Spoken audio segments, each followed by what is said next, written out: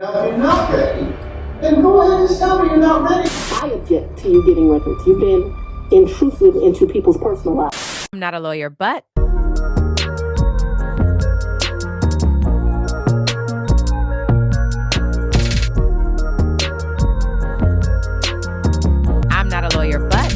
Debrief.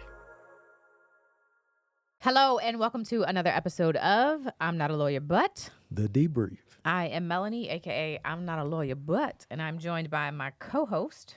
Gooseby, how y'all doing? And we are here. It is very rainy in LA. I look a mess. I went to the gym. Don't judge me. But on this podcast, Get some we rain. talk about legal things. We have legal experts join us because we're not legal experts. But we fill you in kind of on all the latest legal news that we are talking about and thinking about. And hopefully you are interested and intrigued by. So today's episode, we're so excited because we have a guest. We have a repeat guest, somebody who's joined us before. His name is Richard Gabriel, and he is a jury consultant. And he was a jury consultant for the A$AP Rocky trial that recently ended with A$AP Rocky, Rakeem Mayers, getting a full acquittal. This should be interesting. I'm So eager to he's ask here. some questions. I said previously that I was at that trial, and I remember when I saw him, I got very, very excited. I think I tweeted it. If you're on my Twitter, you saw my tweet. Like, oh my gosh, Richard Gabriel's here. So I'm very excited that he's going to join us and fill us in on what he can. Obviously, there are some things that may be off limits for him to talk about, but we're going to see what we can get him to fill us in on. I'm very excited to see what we can know. While I'm mentioning that,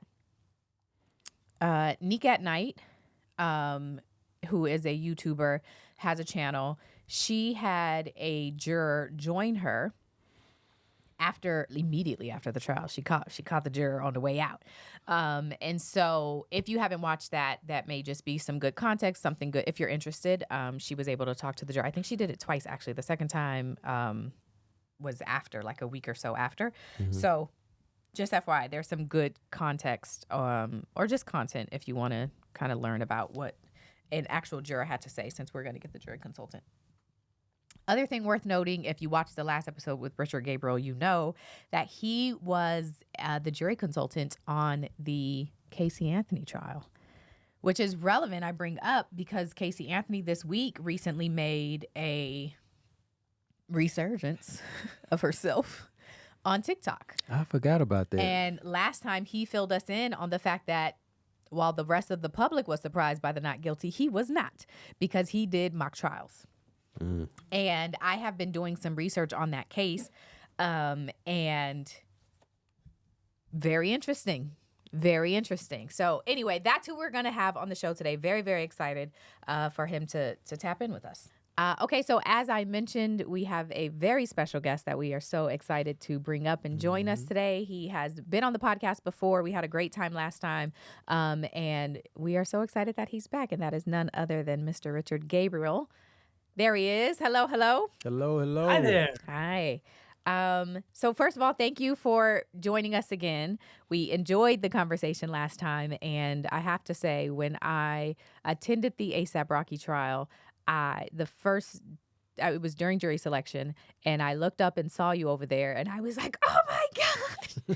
I was tweeting my husband. I was tweeting my Patreon, I'm telling everybody, you guys, Richard is here. So it was very, very cool to kind of see you in action and experience that whole process. It was my very first time experiencing it, seeing it. My first time, I've never been a juror, unfortunately. They won't pick me. But so being able to witness that process from the beginning was absolutely insane to see. So we're so excited to ask you all the questions that you can answer about how that happened. So Greg was mentioning before, you were a jury consultant for Rocky side, for the defense. Correct. Okay. And tell us how this, I don't even know where to begin. There, go ahead. Is there like a bat signal and they're like, I need the best person there is, because this case is going to be wild. Let's go get Richard. Who contacts you? Yeah, these trials are just out of the ordinary. They're just always crazy Mm-hmm. because there's so much media attention, and especially because this was being streamed live. There's a lot more that goes into it. It's a public trial. There's all the media attention. It's on the 9th floor of the criminal courts building downtown, so you got to go through 2 layers of security to get there. It's pretty nuts. And so jury selection always is unusual in a situation like that. There's a lot of moving parts, and I've had a lot of experience in these kinds of trials. So I think that's what's become my bat signal is what's a guy that's experienced the insanity of these kinds of cases, and then how do we help navigate how to get a fair jury out of with all this media attention. So I think that's one of the reasons that people do call me in these cases. Was I believe there was a woman that was on the team as well. Does she work with you as a jury consultant? Yeah, it's Michelle Ward. Okay. She's fantastic. I've worked with Michelle for almost 20 years Oh, now, wow. and she was when we did she was with me when we were doing the Phil Spector case as well. Okay. And because I had she's brilliant at also helping with witnesses, and we worked together as a collaborative team also to develop themes and to kick ideas around and stuff, and she had to be there one day when I was going back to New York to do a big presentation on the Trusting Justice Project, which we discussed, I think, last time on your Yes. show. So she was filling in for that, and she Okay. was there off and on during the trial as well. Okay. Oh, cool. Did you guys do a mock trial for this with the mock jury? We did not Oh, do a interesting. mock trial on this case. They kind of knew what their approaches were going to be. Okay. They knew where the prosecution was going to be going. So I think they were pretty solid on what their themes were going to be. They knew, I think, where some of their weaknesses or potential vulnerabilities were. And so we didn't do a mock on this, but Okay. we still spent some time with the team, sort of kicking some ideas around about how to position things. Okay. Not having a mock trial, though. I mean, have you experienced a trial like this where, there's their idea, what we don't know, the fake gun situation. Is there any case studies that have involved somebody having a fake weapon? No, I mean, we knew that was going to be one of the main issues in the case, whether Mhm. jurors were going to really believe, is this going to be a prop gun? So we spent some time talking to Rocky and the team about, okay, because that's what he said. I mean, Rocky was like, this is a prop gun. And we were like, okay, what are the explanations that a jury's going to need Mhm. in order to do that? And the challenges, of course, with that is if he's going to testify or not testify, how do you get that evidence in Yeah. Mm. Yeah. and stuff? Because it's always a challenge. There was always the intent. I think Rocky, like most defendants, wanted to testify. Yeah. He wanted to tell his side of the story about what happened there. But the problem, as you guys know, is once a defendant testifies, it opens them up to all kinds of cross-examination, Mhm. and that can be problematic. So we Yeah. were like, okay, how do we talk about him being his number one, the risk of carrying an actual gun as a celebrity? Uh-huh. Mhm. What is that? What is that like, and how can that cause all kinds of problems? Also developing, the concept that he talked to his security people, and they were like, here's the thing, you are at risk. We needed to develop this concept that here's a guy who's clearly at risk. He's been cut in a club incident. Mhm. He's had home invasion issues. So and he doesn't have 24/7 protection. Mhm. Mm. So here's a guy who is risk, who wants to be able to scare people off if needs to be, but doesn't want the risk of having an actual gun and actually shooting somebody and then having to deal with that. Yeah. So his security told him, look, you could have a problem. And because he does these videos, he has access to Prop prop. So guns. we knew we needed to kind of discuss the background and the things that a jury would need to understand why he would want to carry something like that. Yeah. Yeah. Also, so the jury, you were able to discuss this and talk to the jury about, why he would have a prop gun. Explain it to Yeah. him. Oh, okay. Yeah, I mean, 12 he was able to talk to about it. Lou was able to talk to the jury about it. Yeah. They were able to, luckily we were able to explain, through their testimony, the reasoning behind that. Yeah. Yeah, because that's Uh, needed. Okay, let's get to the jurors because I remember even being in that hallway and looking out at this sea of people and not seeing many who look like me, and recognizing that Rocky looks like me, a black man. And as these jurors are coming in and these, they're being questioned and all of that, and you just see the lack of African Americans. And I know that was a point that was raised by, I know Takapina said it, but in my head, I was like, I bet you Richard is over there having a problem with this. So I would love to kind of hear your thoughts about that and kind of what your concerns were. It was a huge, huge problem. I mean, a jury is supposed to be a representative cross-section of the community. When we looked at this jury pool, we went, this is not a representative cross-section of the community. Yeah. It was shocking to me that in downtown Los Angeles, you have 106 jurors and only 5 of those people are black. Yeah. I was like, that cannot be here. That is not here, because you have to have the community that understands this. Sure. And everybody in front of the bar, both teams, both prosecution and defense team, primarily white. And here is Rocky sitting as a black man, Yeah. yet again as a defendant in the case. And so we were like, this can't be. So we raised the issue with the thing, and we raised a challenge to it to say that there's a legal challenge to representative cross-section. Oh. So we raised a legal argument that said that this is not a representative cross-section community. We're going to object. We even considered taking we did take a writ on it, which means we take it up to the appellate court and say, this is not the jury pool that we think is representative cross-section of the community. Yeah.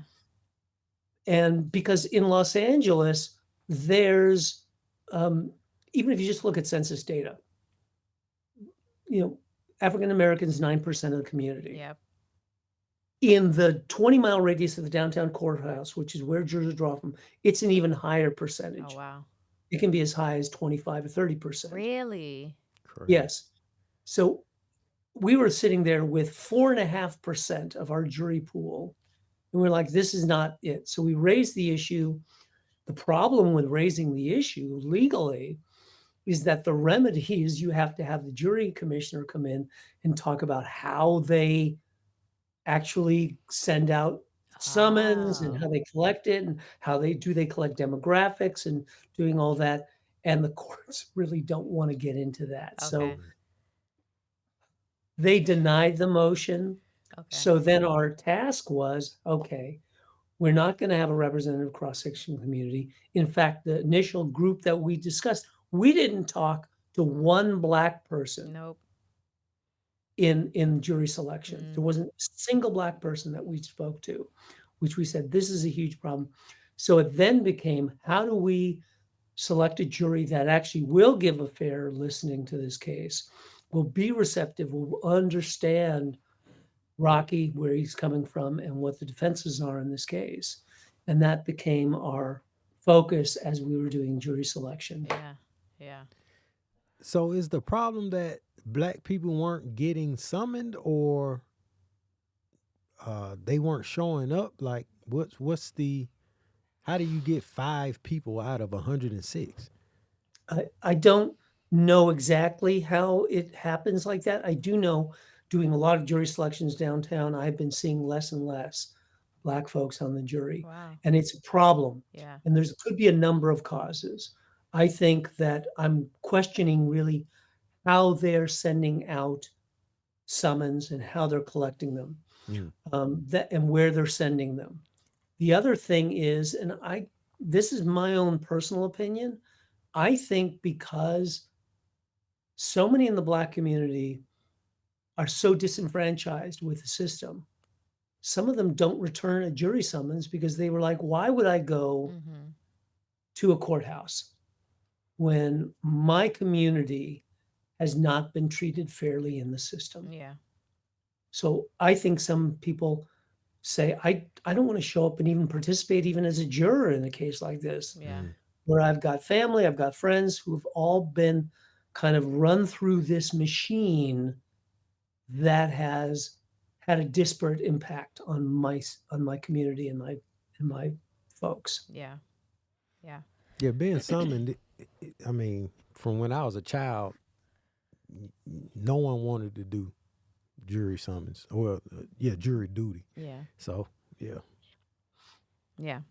I think that's right. I mean, most people don't want to do jury duty, period, Yeah. across the board. But you know what? I've done a lot of criminal defense cases, and when you see Black defendant after Black defendant after Black defendant and Black defendant, and it's so evident if you spend any time in the criminal courts building, the disparity of charging of people of color in that system, then I think you start to understand why when summons go out nationally, people say, why would I want to go down and participate in a system Yeah. where I have seen it not particularly deal a fair result Right. Right. to my community? Which is why I have been on my personal rampage of saying how important it is, because to that very point, the point of having a jury of your peers is that they are able, that you are not just a defendant, but you can be seen as potentially relatable, like as a person, as a human, as someone. And so this is one of the things I was talking about, particularly for this case. When I was in the courtroom and they brought up the prop gun, I think a lot of people were like, what? And publicly, people were like, what? And as I was, talking on my channel and all of that, I got a comment in particular of a woman who said, Mel, I had a prop gun. I am a single woman. I didn't feel comfortable having a real weapon. And so I had a prop weapon.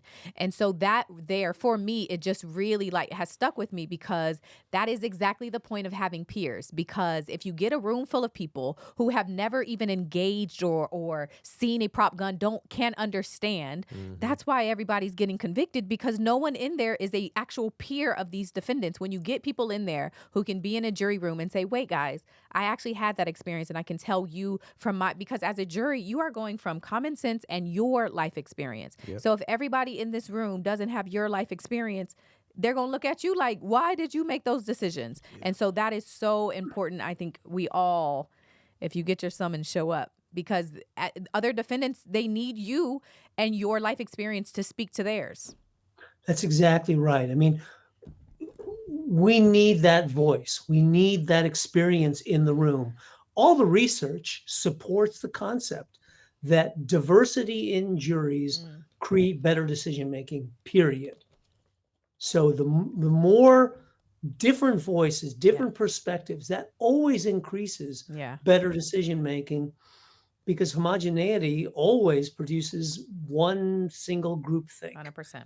As opposed to, and that's what deliberation is supposed to be. It's supposed to be people from that's what cross-section is. Different experiences, different perspectives, being able to do it. And, if you have just a very white, upper crust, I mean, we experienced this in OJ.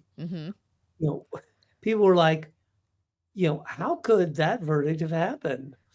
And so the truth is, the Black community in that case, they were like, wait a minute, you're talking to me about how the LAPD planted evidence and did that. That sounds about right. They've experienced that. 100%. Whereas the white community is like, no, that doesn't Yeah. happen. Yeah. You're Yeah. like, come on. Yeah. 100%. Yeah, that's so good. We need to clip this I whole know. little conversation and send it to with the summons when we summon people. Show up. Who was Well, you absolutely. We mentioned? need their voice. You We do. mentioned an individual that that the judges or the court systems didn't want to deal with when you're trying to find out the process of jury duty. What was that occupation? A The jury commissioner. jury commissioner. So Yeah, they're the people who sort of are responsible for the administration of sending out the summons and collecting people and randomizing and pulling them in. okay, cool. Okay, let's talk about the makeup of this jury because this incident happened around a Trader Joe's, and one of the jurors was a manager of a Trader Joe's. There also was I think a principal, right? An elementary school principal, and then a firearms expert. So she was actually an IT person that actually became a firearms expert. And that was one of those interesting calls. You're always looking at backgrounds of people and going, how are they going to apply their life experience to how they interpret the evidence in the case? Yeah. So we love the guy from Trader Joe's. We just thought he was great. Yeah. And stuff. He just had a great, he just seemed super open-minded and wonderful and things like that. We wanted smart people. We wanted really smart people. We had somebody from NASA Yes. on this jury. We had a physicist from NASA on this jury. So we were looking for an intelligent jury because, let's face it, we thought the case was total bull. Mm-hmm. We know didn't want people who were so passive that they would defer to an authoritarian voice like the prosecution would say, well, here's our evidence and stuff. So we wanted people who were smart enough and skeptical enough to be able to look through the prosecution's sort of song and dance about this case. Yeah. The firearms expert was a little bit of a risky call because we knew there were bullet casings and we didn't want her to second guess that. But we also wanted somebody to be able to make a distinction and talk in the jury room about how the casings that Relly supposedly found were not a match for anything that they found at Rocky's. Yeah. Yeah. And stuff. So we kind of made a judgment call, and part of that went into our evaluating her background. I think her dad was a judge. She had defense lawyers in her family and stuff. So we felt much more comfortable with her based on her background, even though there was a little bit of a risk with the firearms expertise. What about the retired judge that was an alternate? Because I was like, oh, and I mean, she was an administrative judge, so she didn't do like criminal defense or criminal cases. But I was like, a judge? What was the thing? How did you feel about that? We wanted her on this jury. We loved our alternates too. We liked the whole jury. We really felt good about them. Okay. Even when we finished, we were very disappointed there wasn't more people of color on that jury. But we really did like the jury that we had because they seemed really open-minded, really like they were going to be smart. Yeah. The judge itself, we thought, even though as administrative judge, we were like, look, they're going to be able to look at what this evidence really is. Yeah. They've looked at evidence to find out, does it really pass muster in this case? So we were like, okay, we wanted smart. Yeah. We wanted smart on this jury. One of the things I said that I think actually happened the other way, but in my non-jury consultant expertise, okay, just my layman over here, but I was like, the jury, while I was keying in on them being a smart jury, my personal concern was, are these rule followers? Are these people who, kind of to the point that you're saying about authority from the prosecutors, and they're telling you this, are they going to take these jury instructions and this is a video, and so it must have happened, and so they're sticking kind of to the T of being a rule follower instead of being able to own like their intelligence and saying, hold on, this not making sense to me. And so that was my concern, was, is this jury going to lean in the way of rule following, prosecutors say this, I have a video, guilty, or common sense life experience saying this ain't all the way adding up and really wasn't the best witness, so not guilty. And that's where I was wondering where it was going to fall. I think it kind of fell this way versus the other, but Yeah, and that's what we were looking for. We're looking for that independent thinker, that people who were really critically able to look in there and not just sort of take everything at face value. yeah. Really dig in and kind of go, does this really make sense? Yeah. Because obviously our main theme was, look, everything you have in this case, every piece of evidence, really, aside from the video, Yeah. comes from Relly. Yeah. So you don't believe him, you don't believe the case. Yeah. That's a very strong pool of jurors. A judge, a physicist. How you say it? Physicist, yeah. Yeah, physicist. It just don't sound like I'm saying it right. And then one person is a firearm instructor, a teacher, and a child of a judge, a family of judge. Yeah, you had a golden egg. It was a mix. It was quite the mix of people, for sure. Yeah, and all of those occupations, you have to think for yourself. Even the Trader Joe guy, you need customer service, and you're dealing with a variety of people every day. And he was like a manager who had worked at different ones. Oh, so yeah, it was so interesting. I know he's like, hold on, let me hear everything before I even speak. That's great. That's cool. Yeah, we had a really good group of folks, and that we were looking for that independence. We were looking for people. And some of it is just you get a sense of their personality when they're sitting there. So the more you talk to them and get them to talk, the more you kind of get a feel for, how is this person thinking?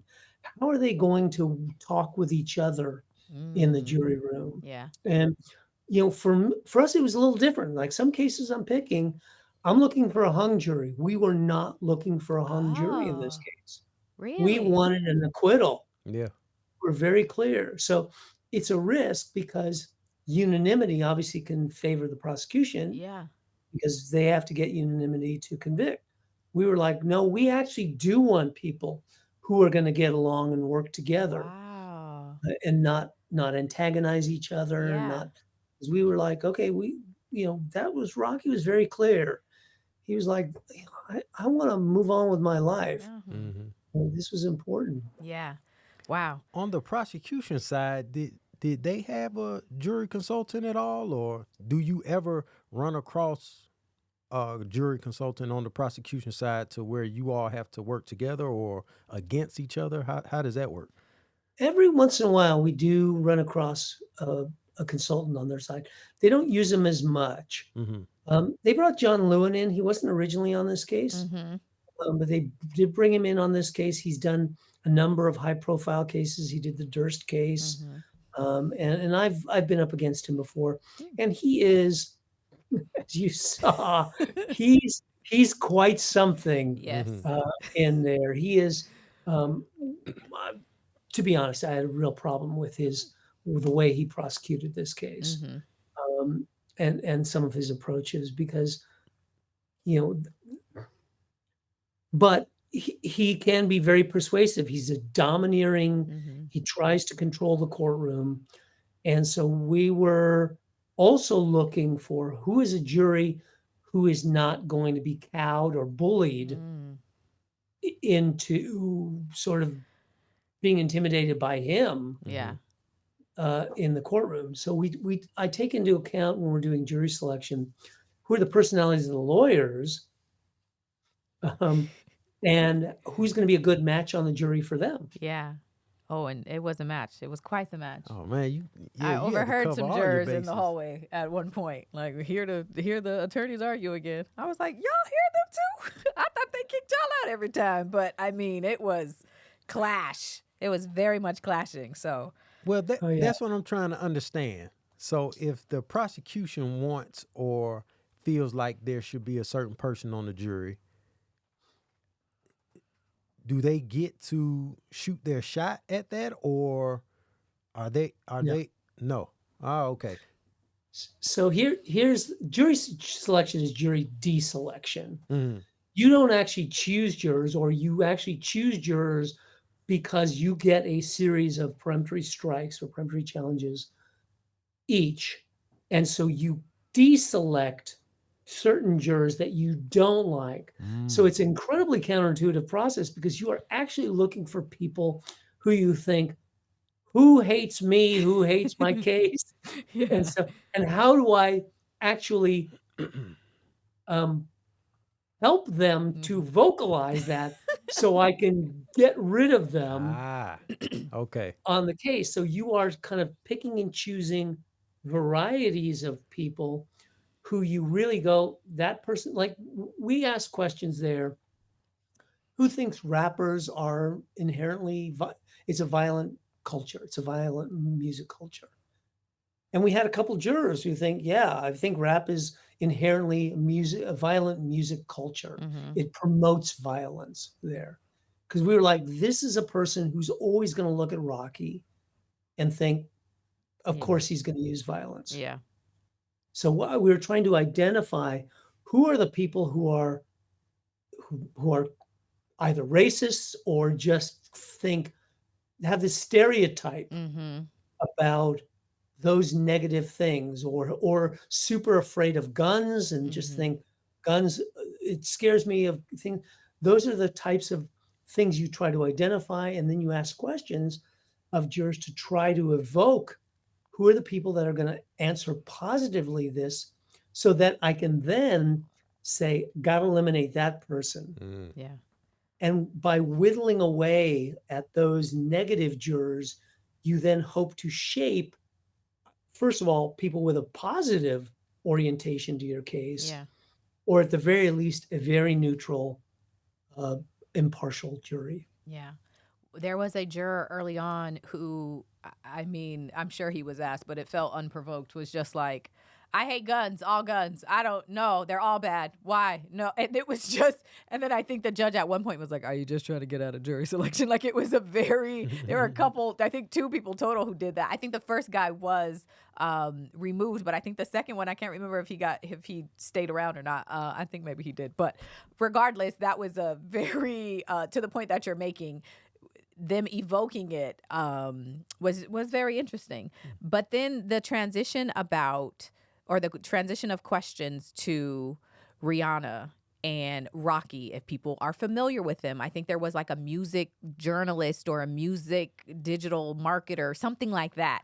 Yeah. And so people's familiarity, of course, with Rihanna and with Rocky was also interesting in how both sides were asking those questions, because I think for the defense, it was like, oh yeah, we like them. But I think I remember the prosecutors in particular, I think there was she was a marketer or something, and she was removed.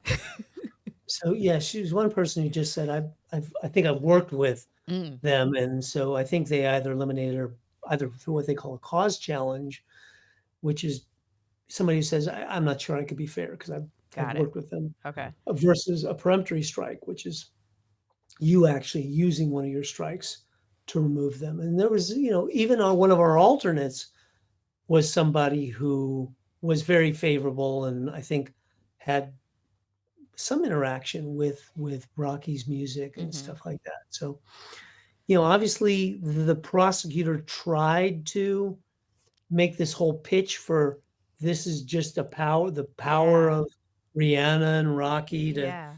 try and control this whole thing. And, Yeah. we were obviously sensitive to that. Yeah.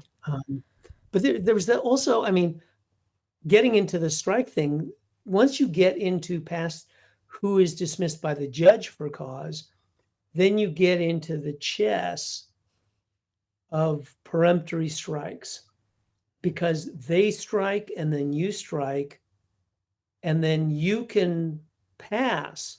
So we used a certain number of strikes, And the prosecutor, what strategically we knew he was going to do is he passed a number of times.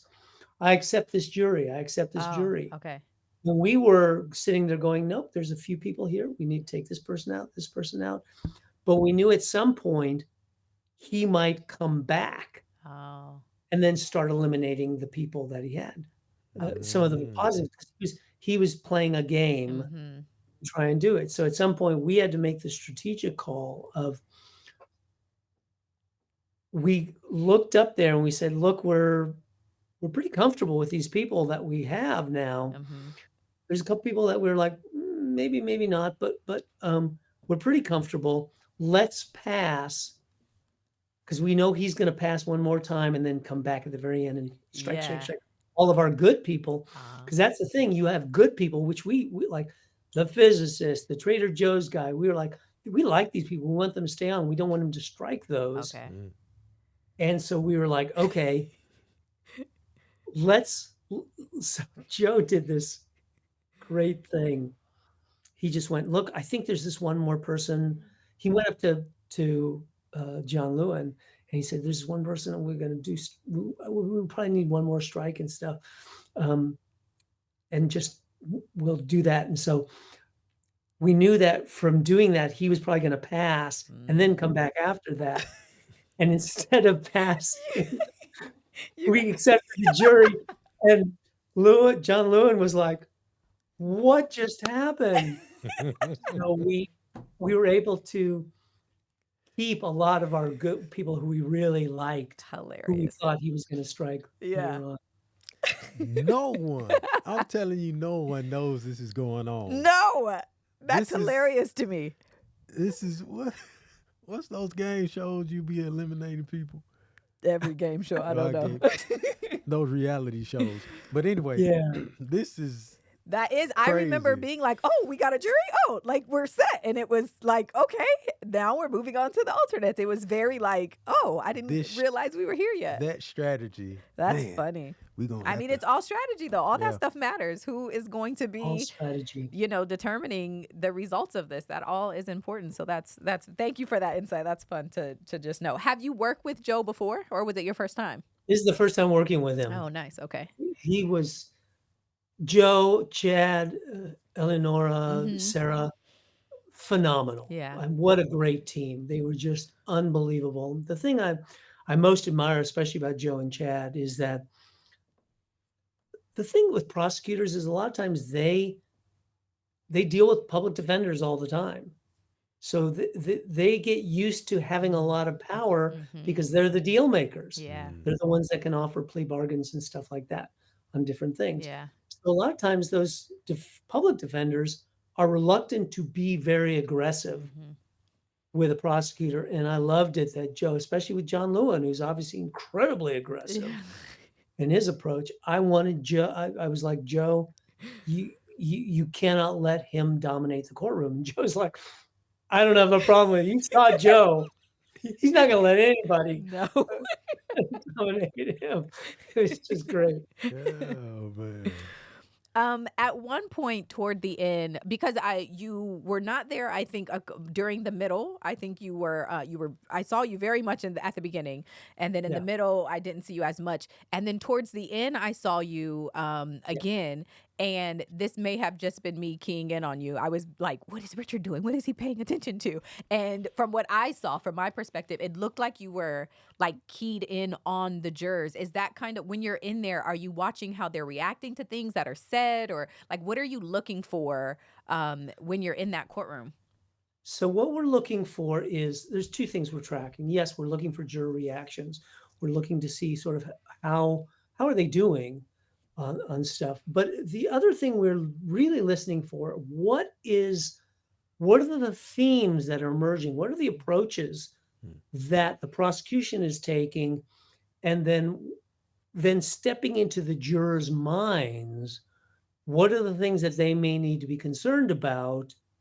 What do we need to address with some of the different witnesses' testimony? Because what we're trying to do is understand what's ultimately the story that this jury's putting together for them. Because they're hearing these two different versions of events here. ultimately they have to go back in the deliberation room and put together a single story of here's what I think happened. Here's what I think either meets the burden of proof or doesn't. Yeah. So we're trying to track what's the narrative, what's the story Yeah. that is emerging from the witness's testimony, and also what are the things that are happening in the courtroom Mm-hmm. that we need to address. Like one of the things that occurred to me is I went, look, I didn't want to play the race card, but I wanted jurors to be aware Mm-hmm. that their life experiences, they don't have an appreciation of how Rocky grew up, Mm-hmm. where he came from, Yeah. why, because most people don't carry a gun around with them, Yeah. and where he's coming from on doing that, what it meant to be. So I'm trying to track what are the things that don't even come in evidence, Yeah. but may be happening in jurors' minds, and what are the things that we need to address that, and obviously one of the main things we're trying to figure out is, does he testify? Yeah. Do we need him to testify? And one of the things especially after Joe did such a phenomenal job with Relly, Mm-hmm.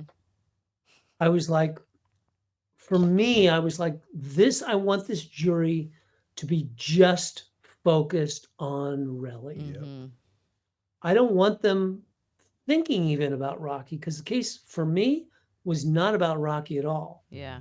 This was a case entirely constructed by Relly Mm-hmm. in order to extort Rocky for $30 million in his lawsuit. Yeah. Yeah.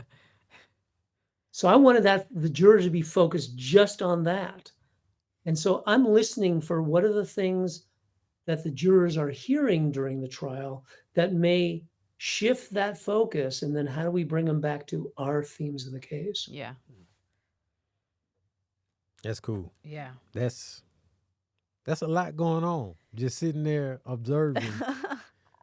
Oh, Well, and let's face it, I mean, look, Joe and Chad and Eleonora, they did phenomenal work in terms of, in terms of bringing up, developing this stuff, getting, the shooting range stuff about Relly and stuff like that. These are things that their tireless efforts in really putting together the evidence and the brilliance that they did in terms of actually preparing those cross examinations, preparing those direct examinations, Yeah. all of that was so meticulously thought out. So we were constantly talking to them about various things during the trial. Did you have thoughts about, or what were your thoughts? I'm sure, considering this jury and the pop star, the mega star that is Rihanna, and her, of course, having the right and I'm sure desire to show up for the father of her children to come into that courtroom. But what did you have a take on how you thought that would or would not impact the jury? Yeah, I mean, Rocky didn't want her there. He didn't want her to have to endure that. Yeah, yeah. And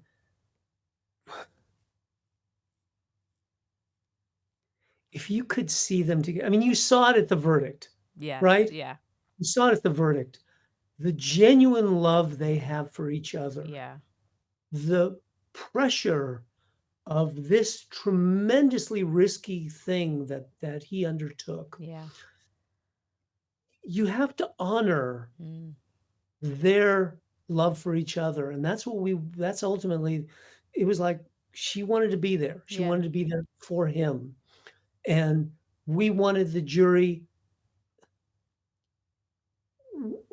One of the difficulties, especially if you may not have the defendant testify, is how do you humanize this person? And so we wanted the jury to know he has a loving partner. Yeah. He has kids. There's a significant impact if you believe what we thought was this total baloney on the case. We wanted them to know that. Yeah. We didn't want it to be about she's a big pop star. Be impressed by that. Yeah, right. That wasn't important to us. His mom was there. Yep. His sister was there. we wanted them jurors to know that they have family Yeah. and that this is a real family with real consequences here. Yeah. A lot of defendants don't get that opportunity. Yeah. And so that's the only reason that we were happy that she wanted to be there as much as she did. Yeah. I love that you chose honor to honor their love too. I think that's a great description of she was expressing and showing her love for her partner and honoring that by saying show up and do what you be supportive of your partner. So I feel like that was just a great way to word that.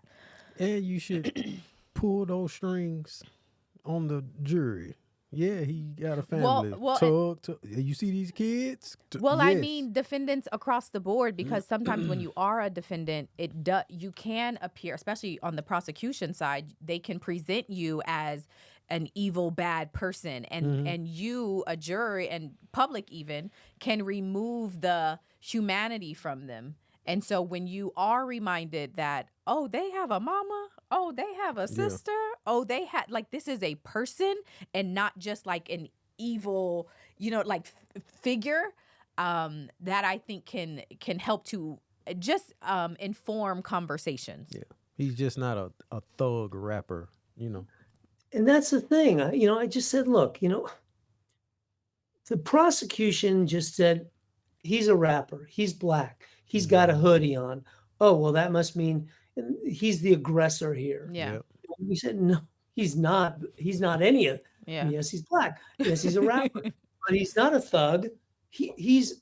Yeah. Rocky's is the sweetest guy in the world. Very charming. He is the nicest man in the world, and he's an entertainer. Yeah. There's a rapper, there's an image and stuff like that. That's not necessarily him as a person. So we wanted them to know Yeah. there is another side to him. Yeah, I think at one point one of the jurors said she knew him from fashion, from the Met Gala, and I was cracking up because I was like, the prosecution is focusing so much on like rapper, and this lady was like, I saw him at the Met with Rihanna in doing fashion. I didn't know a single song by that man. So it was just very, like, you don't even know the different entry points that somebody may have to him, and they're focusing on like, rah, he's evil. So it was very funny. His walk now is like a model walk. He walks But he as always, a model. I'm telling you, the most charming, confident, just, you're like, who is that walking? Okay. It's very fascinating. He's fantastic. And we also wanted, the whole story here is of him somehow having a beef with Relly. Mm-hmm. That's the prosecution story. We were like, no, that's not the story at all. Mm-hmm. The story is about him as a benefactor for the whole ASAP group. Yeah. And this reunion that was happening in Long Beach, and that he wanted to reconcile with Relly to be able to have this non-toxic environment at this reunion.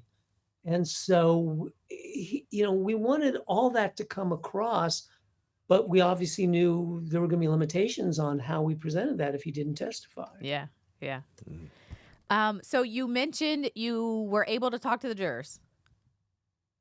So we have spoke, and I'm not actually prepared because we're still in the process of doing that now. Okay. So at some point I will let you know sort of what they have. Well, I think Michelle's talked to at least one of them. Okay. At this point, I think the Trader Joe's guy.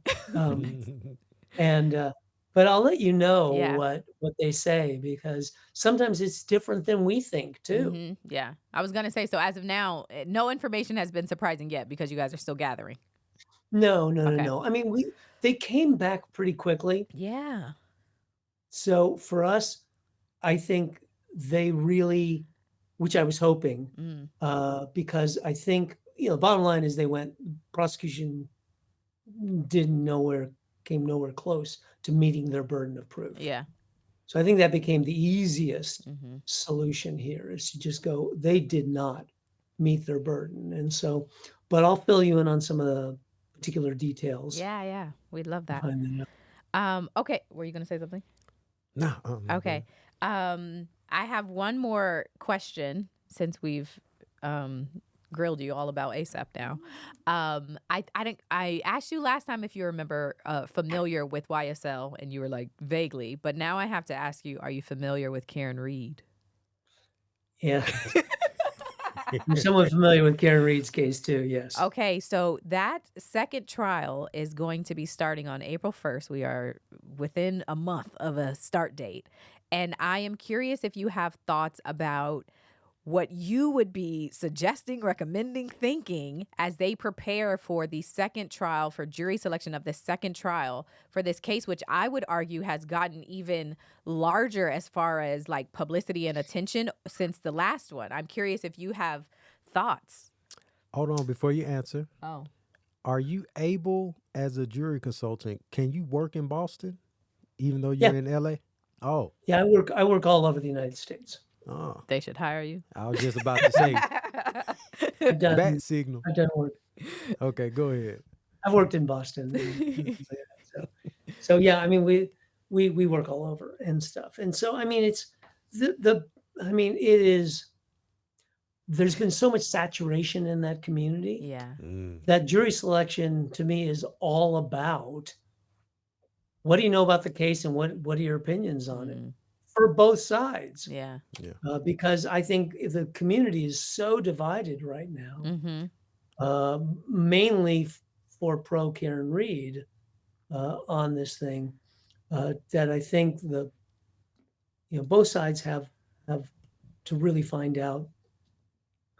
How do you find, when you have, this is the challenge of all high profile trials, when you have the saturation of media information about the case, what does impartiality actually mean? Yes. Yeah. When people know all the evidence, they have opinions on stuff. What is that? How do the judges do this crazy thing, which is, well, can you just set that aside? How do you set aside stuff that you've been hearing for a couple of years and have voiced strong opinions on? Yeah. And then everybody in that community is tied together somehow. I mean, family, friends. Yeah. Everybody. A large amount of people. Yes. Everybody knows each other. And it's almost if you have to pull a jury from another state that has no clue of what's going on, and then, instructing them of what's happening, because right now. But it's all over social media too. Yeah. That's even when you come out of the community, people are watching just from everywhere because it's being covered so many places. It is, but it's not that huge. That's yet, true. Because some of people we know don't know about Karen Reed, and it blows my mind. The officers, what's that family? The Alberts? The Alberts. Like everybody knows the Alberts. Yeah. Well, go ahead. No, it's an incredible challenge. You can't go out of state to pick a jury because this is a state case against Karen Reed. So the state is against, so it has to be from within the state. Okay. There's sometimes we call this change of venue, which you can go to a different thing. But as you said, people all over the state know about this case. So, the thing that you did speak about, which is important, is that in a close community, when we do small venue type stuff, a lot of people know the families of people. That becomes challenging into itself, because it's like, okay, how does somebody who knows the family isn't familiar and their kids are in Little League together, how do they remain impartial? Yeah. Would you, I know you don't know all the details, but out of curiosity, because this not comes down to, but because Karen's defense, a lot of anti-Karen Reed people say that it is this like conspiracy and you have to believe, it's the cover-up. It's really, they are saying it's a cover-up, right? And then, of course, the prosecution are saying that, no, she just hit him and blah, blah, blah. Would you think, because of the fact that you have to believe a cover-up happened with police officers, would you want a jury similar to Rocky's like intelligent people, smart people, out of the box thinkers? Like, would you think that those are the kind of people you would also go for, or like you think that would be helpful to their case? For the defense, yeah. I mean, Yeah. it's ultimately, you don't have to believe in the conspiracy to acquit Karen Reed. That's true. You can That's just true. go, I don't think they've got the goods. I don't think they've Yeah. provided all the evidence. So, That's I a mean, good point. the prosecution's case is a circumstantial evidence case. Yeah. So it's no one's going to sit there and say, I saw or hit him. Yeah. So it's a matter of, and there's no video like in Rocky. So it's a Yeah. matter of, you do want, for the most part, there's an independence element to that. There's a risk to having independent thinkers too, because Yeah. they can sometimes construct their own scenarios. Mm. Mm-hmm. So it's a nuanced and complicated Oh, I'm sure. formula sometimes. I'm sure.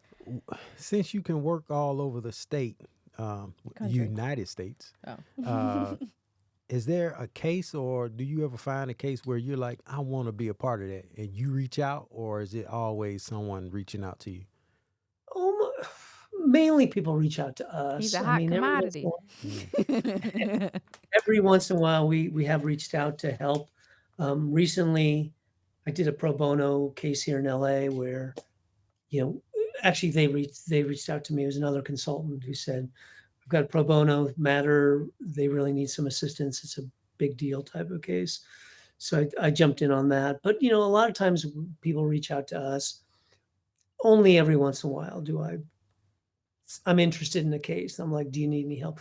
Typically it's a pro bono matter. Mhm. When I reach out to somebody and say, I know they can't afford a consultant. Mm-hmm. And so I'll just say, and it's a challenging venue or a lot of publicity and stuff, in which we'll reach out and kind of go, okay, do you need any help? Cool. Roger said it costs for me to be there. Hey, I love it. get that check. Let me get, I think I saw a comment in here that I wanted to ask before we let you go, which was, where did it go? I can't find it. So, where did it go? Okay, so before I let you go, you kind of answered this already, but just to kind of leave people here, what would you say to particularly since we are minorities and we are people who want to encourage minorities to show up for jury selection, and if you are called to go, anything you would say to the minority community, African American community in particular, again, this is me asking you for that, about showing up. And then you want to talk about your book, right? Or the project. I think there was two things that we had talked about last time that was close. One of them were close to coming out, or were they both out already? So the project is already, I think, is out. Okay. And that's the Trust and Justice Project. Okay. And that's the thing. We've actually got a website, Yes. Which is trustandjusticeproject.org Mm-hmm. and stuff. And it has the reports that we have from all of our study, the community attitude survey, as well as the focus groups that we conducted to discuss sort of the problems that the public is seeing in our justice system as a whole. Mm-hmm. And so I want people to be aware of the project, to make sure that they, my main focus is that the justice system is our system. It doesn't feel like that sometimes. It feels like it's a system just for judges and lawyers, but it's a system for the people. Mm-hmm. And so we have to have our voices heard, whether that's by showing up through jury service, which you talked about for the people. And I think it's very important for people of color to really show up for jury service, because we need that perspective Yeah. in there. But it's also about just having a voice in the system on the whole, saying, look, we need you to understand how we feel about law enforcement. We understand how you feel. We want to know, here's what we think about the prosecution of cases, about mandatory minimums, about the trial penalty, about, these kind of laws that kind of further mass incarceration and reforms that are needed that the public is receptive to. Yeah. Bail reform, things like that, to just help people who have lower socioeconomic groups feel like there's not such a disparity Yeah. in the treatment when you're in the justice system. So that's the thing. Obviously, my book is called Acquittal. It's some of the high profile cases that I've worked on. It's my accounting of those cases, but I wanted not just to be about those cases, but to help the public understand a little bit more about how the system works in general in these Yeah. big cases and stuff. And so that you can get that on Amazon too. We love it. We love it. Thank you so much for joining us again. It's been amazing to have you here, just like it was last time. We're so excited. I like this. We always learn so much from you. Yes, this is amazing. Just your strategies and just the backdoor situations that be happening. No one knows that's happening. You being a jury consultant, no one knows that was even an occupation. This is very educational, and I'm intrigued. Yes. So as much as I was the first time. Thank you so much. I know you're very busy, so we appreciate you taking the time to join us. So have a good day. No, it was great seeing you both. You all too. right. All right. All now, So I have a look good forward one. to talking to you again. Take Okay. care. Bye. Bye. Bye. He always has such amazing insight. I mean, just amazing. You have to, if everybody thought before, he has to look, it has to be crazy living in the house with him or arguing with him, because he probably Reading analyzes people? everything. Yeah. Reads everything like, are you lying to me? That's funny. You're lying to me. Because last week when we had this conversation, I took this and this, and you look this way. That's cool.